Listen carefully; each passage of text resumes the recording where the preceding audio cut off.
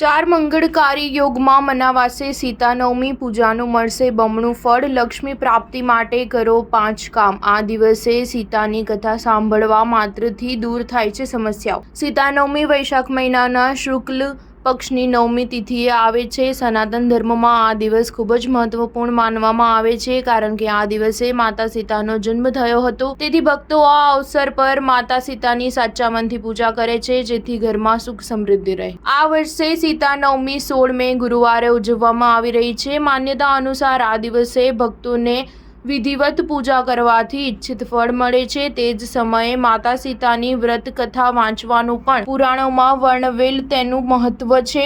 જે ભક્ત માતા સીતાની કથા વાંચે છે અથવા સાંભળે છે, તેના જીવનમાંથી તમામ દુઃખ દૂર થાય છે, ખુશીઓનું આગમન થાય છે અને માતા સીતાના આશીર્વાદ હંમેશા બની રહે છે।